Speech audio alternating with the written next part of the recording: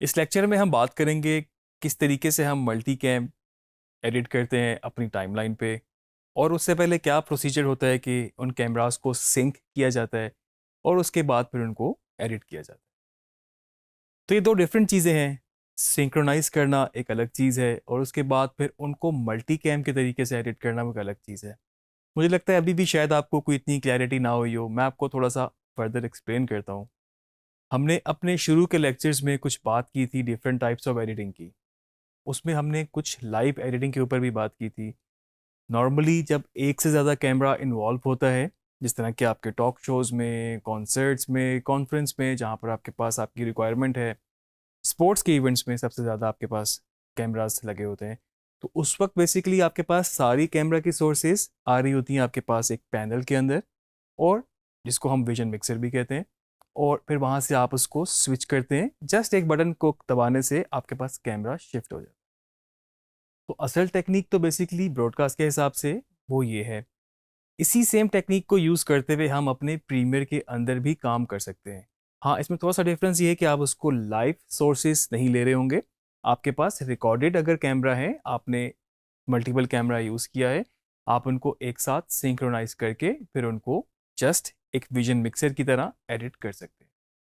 Synchronise करने के लिए बेसिकली हमें एक और सॉफ्टवेयर, जो कि थर्ड पार्टी सॉफ्टवेयर है, उसका नाम है प्लूरल आइज।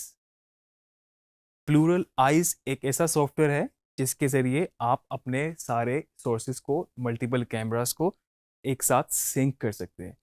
सिंक्रोनाइज की ऑप्शन आपके पास आपके सॉफ्टवेयर एडोबी प्रीमियर के अंदर भी मौजूद है, लेकिन उसमें डिफरेंस ये है कि आपको उसको स्पेसिफिकली बताना पड़ता है कि इस ऑडियो को, इस टेक को या फिर इस कैमरे को फला ऑडियो के साथ आपको बताना पड़ता है, सिलेक्ट करना पड़ता है कि इसके साथ सिंक कर दो। प्लूरलाइज बेसिकली क्या करता है कि वो आपके पास सारी कैमरास को, सारे इनपुट्स को एक साथ आप उसको जब इंपोर्ट करते हैं तो वो उसको खुद ही सिंक कर लेता है। लाइक आपको मूव कर देता है क्लिप्स को, जो फाइल आगे जाके सिंक हो रही है ऑडियो के साथ वो उसको आगे मूव कर देगा, और इस तरीके से डिफरेंट सोर्सेज आपके पास उसमें सिंक होती जाएंगी। तो सिंक करने के बाद का भी एक प्रोसीजर है जो कि आपको फिर एक्सएमएल के थ्रू इंपोर्ट करना पड़ता है अपने सॉफ्टवेयर के अंदर। अब एक्सएमएल क्या है? एक्सएमएल बेसिकली आपके पास एक ऐसा तरीका है कि आप एक सॉफ्टवेयर से दूसरे सॉफ्टवेयर में अपना प्रोजेक्ट मूव कर सकते हैं। नॉर्मली आपके पास अगर आप कलर ग्रेडिंग कर रहे हैं, जो जिसके लिए अगर आपके पास डेडिकेटेड सॉफ्टवेयर है, कॉमनली उसमें हमारे पास डाविंची रिजॉल्व यूज़ हो रहा होता है, तो आपको उसमें भी एक्सएमएल का वर्कफ्लो बनाना पड़ता है। मिसाल के तौर पे अगर आपने अपना प्रोजेक्ट एडोबी प्रीमियर से फाइनल कट प्रो, जो कि मैक का सॉफ्टवेयर है, अगर आपको उस पर शिफ्ट करना है तो मे बी उसके लिए भी आपको पहले एक्सएमएल के प्रोसीजर से गुजर के आपको उसके अंदर इंपोर्ट करना पड़े। डायरेक्टली प्रीमियर का प्रोजेक्ट नहीं खुलेगा, आप एक्सएमएल एक्सपोर्ट करेंगे और वहाँ पर एक्सएमएल इंपोर्ट करेंगे तो आप उसको वहाँ पे यूज़ कर सकते हैं। प्लूरलाइज भी कुछ इस तरीके से ही काम करता है। आप उसके अंदर अपनी फुटेजेस डालते हैं, आप उसको सिंक करते हैं, सिंक्रोनाइज करते हैं, और उसके बाद एक्सएमएल एक्सपोर्ट करके आप अपने सॉफ्टवेयर के अंदर उसको इंपोर्ट करके काम कर सकते हैं। ये थोड़ा सा कॉम्प्लिकेटेड है लेकिन ये काफ़ी इंटरेस्टिंग है। आइए इसको प्रैक्टिकली देखते हैं। जी, तो आप देख सकते हैं इस वक्त मेरे पास जो फोल्डर हैं उसके अंदर मेरे पास ये वीडियो है, और इसके अंदर मेरे पास 4 डिफरेंट कैमरास की फुटेज मौजूद है। कैम 1 में मेरे पास कुछ इस तरह का मटेरियल है। कैम 2, कैम 3, कैम 4 मेरे पास अलग अलग एंगल सेम एक्टिविटी की बेसिकली वहाँ पर मौजूद है। उसके साथ साथ मेरे पास पिछले फोल्डर में ऑडियो भी है, जो कि बेसिकली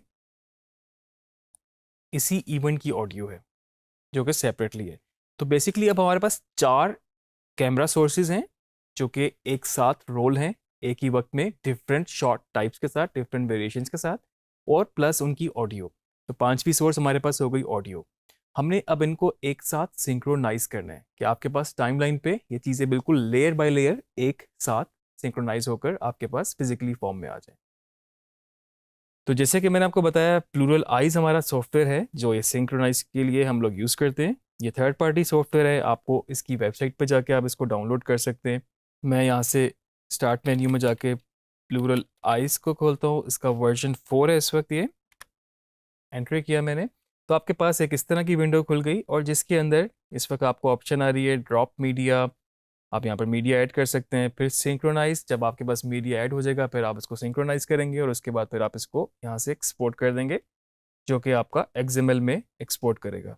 तो इसके लिए अब हमने यहाँ पर अपने एसेट्स को, अपने डिफरेंट कैमरास को इंपोर्ट करना है। तो मैं यहाँ से क्या करता हूँ, ड्रैग एंड ड्रॉप की ऑप्शन ही यूज़ करता हूँ। मैं यहाँ से भी ऐड कर सकता हूँ, लेकिन जिस तरह से हमने प्रीमियर में ऑप्शन देखी थी कि आप डायरेक्टली इसको फोल्डर से कर सकते हैं, तो इसको मैं यहाँ से चाहूँ तो कैम वाइज मैं इसको यहाँ पे इंपोर्ट कर सकता हूँ। तो यहाँ से मैं जाऊँगा, मेरे पास cam1 की ये फाइल्स हैं, मैं इसको यहाँ से जस्ट ड्रैग करूँगा और इस एरिया में जाके ड्रॉप करूँगा। तो आप देख सकते हैं कैमरा 1 के नाम से इसने खुद ही यहाँ पर एक बिन सी बना दी है और आगे आपके पास वो दोनों फाइल्स आ चुकी हैं। फर्दर अगर आपको इसी कैमरे के अंदर और कोई फाइल्स ऐड करनी है, आपको लगता है किसी और जगह पे अगर कोई फाइल पड़ी थी जो कि इसी की कंटिन्यूटी में है, तो आप चाहें तो उस फाइल को भी ड्रैग कर सकते हैं, लेकिन उसके लिए आप उसको इस एरिया में ड्रैग नहीं करेंगे, क्योंकि यहाँ पर ड्रैग करने से वो एक नई सोर्स यानी कि कैमरा 2 बना देगा और फर्दर कैमरा 3, 4, 5 बनाता जाएगा। तो उसके लिए आप उसको इसके आगे यहाँ पे ड्रैग करेंगे अगर आपको फर्दर फाइल्स ऐड करनी है। मेरे पास कैमरा 1 आ गया, इसके बाद मैं यहाँ पर दोबारा गया अपने फोल्डर में, cam2 की फुटेज मैंने यहाँ पर इसको मैंने ड्रैग किया यहाँ पे। आप देख रहे हैं कि इस वक्त ये आ गई है। cam3 भी हम साथ कर लेते हैं। cam3 में हमारे पास एक फाइल है। आपको यहाँ पर cam3, 4, 5 ऐड करना नहीं पड़ा, वो खुद ही ऐड किए जा रहा है और यहाँ पर इसको ड्रैग करूँगा तो आप देख सकते हैं आपके पास ये फाइल आ गई है। इसके अलावा हमारे पास, जैसे मैंने पहले बताया, ऑडियो भी सेपरेटली मौजूद है और यहाँ से मैं इस ऑडियो को, जो कि वेव फाइल है, ड्रैग करूँगा और ऑडियो फाइल भी बेसिकली आपके पास एक सेपरेट सोर्स के तौर पे आ जाएगी। और आप देख सकते हैं इस वक्त ऑडियो फाइल जो है वो काफ़ी बड़ी है और उसके मुकाबले में वीडियो थोड़ी सी कम ड्यूरेशन की है। अब आपको इस वक्त तक नहीं पता कि ये ऑडियो इसके साथ सिंक होगी या फिर इसके साथ किस तरह कहाँ जाके सिंक होगी, तो आपने जस्ट कुछ भी नहीं करना, आपका जो सॉफ्टवेयर है वो खुद ही आपके लिए काम करेगा। तो बेसिकली ये जो आपकी वेव फॉर्म होती है वो उसको मैच करके आपकी टेक्स को सिंक कर देता है। आपके पास डिफरेंट कैमराज हों और अगर फर्दर चंक्स में भी रिकॉर्डिंग हुई होती तब भी उसको ईजिली आप सिंक कर सकते थे। तो इसमें आपने सिर्फ यहाँ से सिंक्रोनाइज प्रेस करना है और वो उसको सिंक करना शुरू हो जाएगा। तो आप देख सकते हैं कि ये जो सारी आपके पास ब्लू हो चुके हैं क्लिप, तो ये उनको सिंक्रोनाइज कर चुका है। इसका मतलब ये है, मैं आपको फिर से एक्सप्लेन कर दूं, कि ये वाली जो फाइल है आपके पास इस फाइल के साथ सिंक्रोनाइज है और ये इसके साथ, ये इसके साथ, ये चारों कैमरास प्लस ऑडियो आपस में सिंक्रोनाइज हैं। मतलब उसी वक्त, जिस वक्त जब ये रिकॉर्ड हो रहे थे, तो वो अगर वो आगे पीछे थे तो उसको उसने एक जगह पे लाके सिंक्रोनाइज बिल्कुल एक साथ कर दिया है। यहाँ पर आपको एक मैसेज भी आ जाएगा जिसमें लिखा होगा कि कितने क्लिप्स थे और कितने सिंक्रोनाइज हो चुके हैं। और बाज़ दफ़ा ऐसा भी होता है वो नहीं अगर किसी क्लिप को कर पाता क्योंकि ये उसको ऑडियो नहीं मिल रही या फिर मे बी कोई फ्रेम रेट का डिफरेंस हो, तो उसमें वो उसको सिंक्रोनाइज नहीं करेगा। तो उसमें भी आपको वो बता देता है कि यहाँ पर इतने क्लिप्स सिंक्रोनाइज नहीं हो सके। इसके बाद अगला प्रोसीजर जो आपके पास है वो आपने करनी है एक्सपोर्ट टाइमलाइन। जैसे कि मैंने पहले बताया आपको, वो XML में इसको एक्सपोर्ट कर देगा। ये आप देख सकते हैं कि ये इसका नाम सेव टू फाइल, आप यहाँ पर जाके इसको पाथ दे सकते हैं। और उसके लिए मैं ये करूँगा कि पहले मैं इस प्रोजेक्ट को सेव कर लेता हूँ, Ctrl+S। नॉर्मली आपको इस सिंक्रोनाइज प्रोजेक्ट की ज़रूरत नहीं होती, लेकिन फिर भी आप इसको सेव साइड के लिए अपने पास रखें। और एक मैं यहाँ पर फोल्डर भी ऐड कर लेता हूँ सिंक के नाम से, और आप यहाँ पर चाहें तो इसका नाम प्रोजेक्ट का सिंक के नाम से मैंने दे दिया है और आप इसको सेव कर सकते हैं। जब आप इसके एक्सपोर्ट टाइमलाइन में जाएंगे, आपसे ये पूछ रहा है कहाँ पर इसने आपको पाथ दे रहा है। आप इसको यहाँ से चेंज कर सकते हैं। आपने जहाँ पर अपना एसेट सेव किए थे, जहाँ पर आपका प्रोजेक्ट था मल्टीकैम एडिटिंग सिंक, और इसको आप ओपन करेंगे, यहाँ पर जाके आप इसको सेव कर लें। तो एक्सपोर्ट में जाके आपके पास यहाँ पर प्रीमियर प्रो के लिए ये इसको एक्सपोर्ट कर रहे हैं .xml इसका फॉर्मेट है, और यहाँ से हम इसको एक्सपोर्ट पे क्लिक करेंगे तो इस वक्त ये वहाँ पर इसको एक्सपोर्ट कर चुका है। अब आपके पास प्लूरल आइज में सिंक्रोनाइज होके बेसिकली XML एक्सपोर्ट हो चुका है। अब इस XML को आपने इंपोर्ट करना है अपने सॉफ्टवेयर प्रीमियर के अंदर। हम यहाँ से प्रीमियर में जाते हैं और इंपोर्ट करने के लिए मल्टीपल तरीके जो हैं, किसी भी तरीके में इसको ऑप्ट करते हुए हमें पता होना चाहिए हमने कहाँ प्रोजेक्ट बनाया, कहाँ पे इसको सेव किया, ताकि हम उसको इजीली इंपोर्ट कर सकें। सिंक के अंदर मेरे पास ये एक ऑप्शन आ रही है और यहाँ पर आपको वो टाइप भी शो कर रहा है कि ये XML डॉक्यूमेंट फाइल है। मैं इसको यहाँ पर ओपन करूँगा तो आप देख सकते हैं कि उसने उन कैमरास को साथ में इंपोर्ट कर दिया जो कि आपके पास आपके सॉफ्टवेयर में थे, और साथ में उसने आपको एक सिंक सीक्वेंस के नाम से एक टाइमलाइन भी दे दी।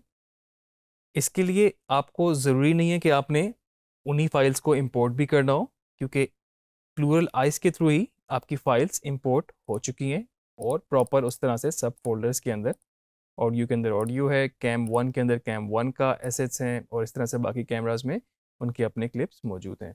मैं सिंक सीक्वेंस को खोलूँगा तो आप देख सकते हैं कि आपके पास 1 2 3 4 आपके पास जो 4 कैमरास थे और फर्दर उनकी ऑडियो भी टाइमलाइन पर आ चुकी है। इस वक्त ये चारों कैमरास आपस में सिंक हैं और फर्दर इसको वेरीफाई करने के लिए हम इसको प्ले करके देख सकते हैं। हम यहाँ से इस वक्त ऑडियो को म्यूट करके या फिर सोलो करके देख सकते हैं, क्योंकि इस क्लिप की ऑडियो ये है और इसको मैं अगर म्यूट कर दूंगा और प्ले करूंगा तो आपको डिफरेंट लेयर्स में से ऑडियो इस क्लिप के साथ देख लेंगे, वो मैच कर रही होगी, तो इसका मतलब ये है कि वो सिंक्रोनाइज सही हो चुका है। जी, ये सिंक्रोनाइज हो चुका है और फर्दर मेरे पास जो ऑडियो थी मेन, मैं सिर्फ इसको ही अगर यहाँ से सोलो कर लूँगा तो सिर्फ ये लेयर चलेगी, बाकी ऑडियो नहीं चलेंगी। इसमें से भी मैं देख सकता हूँ।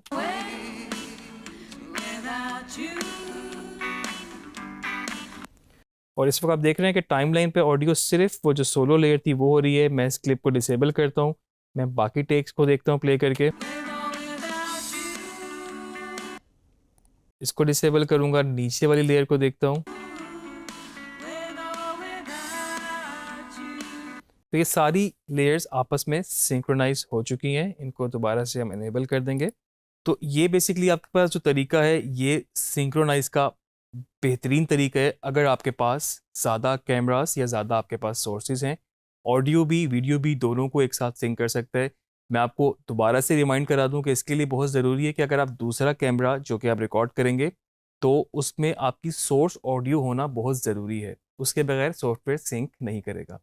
मतलब ऐसा पॉसिबल नहीं है कि फिजिकली आपके जो एसेट्स हैं, जो आपकी लेयर हैं, उसमें ऑडियो मौजूद ही ना हो। बेशक आपने वो यूज़ नहीं भी करनी हो, आप रिकॉर्डिंग के वक्त, प्रोडक्शन के वक्त उसमें ऑडियो ज़रूर रखेंगे जस्ट रेफरेंस के लिए, ताकि वो उसको आपका सॉफ्टवेयर सिंक कर सके। और उसके बाद आप पोस्ट में जिस तरह से भी मर्जी उसको म्यूट करना चाहें, उसको डिलीट करना चाहें, आप उसको ईजीली कर सकते हैं। ये अभी तक का जो हमारा प्रोसीजर था, हमने डिफरेंट कैमरास को इंपोर्ट किया अपने सॉफ्टवेयर प्लूरल आइस के अंदर, वहाँ से हमने उसको सिंक्रोनाइज़ किया। सिंक्रोनाइज के बाद हमने फिर इसको एक्सपोर्ट किया XML, और XML को फिर हमने अपने एडोबी प्रीमियर के अंदर इंपोर्ट किया। नेक्स्ट लेक्चर में हम बात करेंगे किस तरीके से हम इन लेयर्स को, डिफरेंट सोर्सेज को, डिफरेंट कैमरास को मल्टी कैम एडिटिंग के थ्रू किस तरह एडिट कर सकते हैं।